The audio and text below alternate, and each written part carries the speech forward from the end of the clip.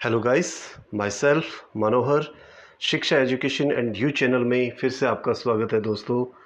जैसा कि हमारा टेंस का जो टॉपिक चल रहा था, बहुत ही इम्पोर्टेंट टॉपिक था और इसमें मैंने आपको डिटेल के अंदर टेंस की सभी पार्ट्स को मैंने बहुत इजी तरीके से समझाने की कोशिश की है और इस प्रयास में मैंने की कोशिश की है कि आपको इसकी एक छोटी से छोटी बारीकियों को मैं क्लियर कर सकूं।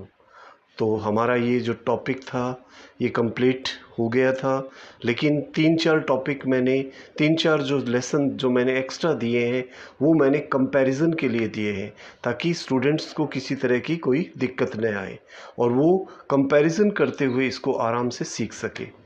तो आज हमारा जो लेसन है वो है आपका परफेक्ट कंटिन्यूस टेंस पे।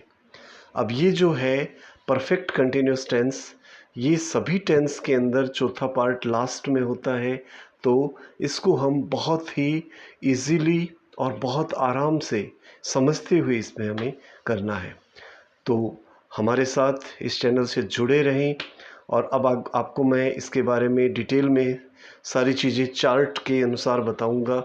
अब देखिए, आप स्क्रीन पे जो चार्ट देख रहे हैं उस चार्ट में सबसे पहले देखिए तीनों टेंस ऊपर डिवाइड किए हुए हैं। अब उसको हमने अलग अलग पॉइंट में लिया है। सबसे पहले देखिए पहचान। इसमें प्रेजेंट परफेक्ट कंटिन्यूस टेंस के अंदर जो पहचान रहती है वो हिंदी वाक्यों के अंत में रहा है, रहे हैं, रही है, इनमें से कोई आता है। और पास्ट परफेक्ट कंटिन्यूस टेंस में रहा था, रहे थे, रही थी, यानी पास्ट से संबंधित होता है। और फ्यूचर टेंस के अंदर फ्यूचर परफेक्ट कंटिन्यूस टेंस में जो पहचान रहती है वो रहा होगा, रहे होंगे, रही होगी, ये आते हैं। और सबसे बड़ी बात है कि ये पहचान जो है वो कंटिन्यूस टेंस की भी होती है, लेकिन उसमें और इसमें अंतर इतना होता है कि इसमें इनके साथ में समय सूचक शब्द अवश्य दिया होता है, अर्थात समय दिया होता है कि वो काम कितने समय से हो रहा है। अब देखिए इसके आगे एच वी जो है वो प्रेजेंट टेंस के अंदर जो एच वी रहेगी वो सिंगुलर सब्जेक्ट के साथ हैज़ बीन और प्लूरल सब्जेक्ट के साथ हैव बीन का प्रयोग करेंगे।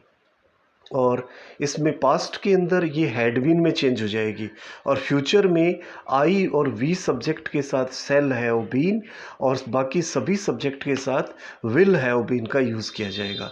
अब देखिए इसमें मेन वर्ब जो रहती है तीनों टेंस के अंदर वर्ब की फर्स्ट फॉर्म में आईएनजी लगाना है। अब देखिए इसमें स्पेशल परफेक्ट कंटिन्यूस टेंस के अंदर तीनों काल के अंदर जो है वो सिंस और फोर का यूज़ किया जाता है टाइम के लिए। अगर निश्चित समय बिंदु है तो आपको सिंस का यूज़ करना है और अगर अनिश्चित समय अवधि है तो फोर का यूज़ करना है। अब देखिए इसके अंदर जो स्ट्रक्चर रहता है वो सब्जेक्ट, उसके बाद अकॉर्डिंग टू टेंस, जो टेंस है उसके अनुसार एच वी का यूज़ करना है और उसके बाद मेन वर्ब की फर्स्ट फॉर्म में आईएनजी लगेगा सभी के, और उसके बाद आपको ऑब्जेक्ट रखना है और उसके बाद सिंस या फोर का आपको यूज़ करना है और उसके बाद जो टाइम से बचता है वो आपको उसके आगे स्ट्रक्चर में रखना होता है।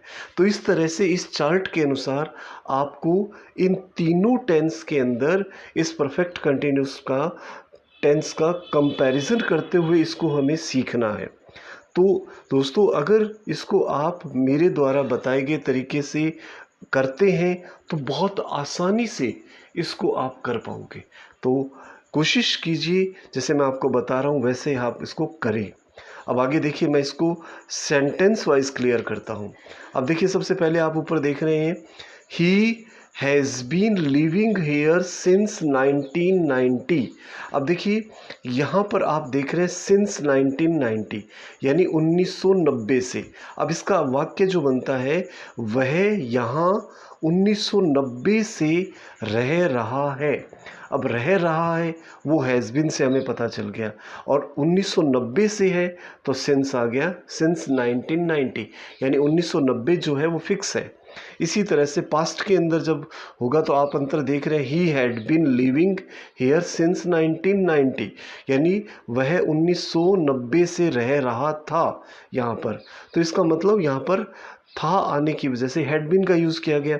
इसी तरह से फ्यूचर में देखिए he will have been living here since, 10 AM tomorrow at this time, यानी वह यहाँ कल इस समय 10 बजे से रह रहा होगा।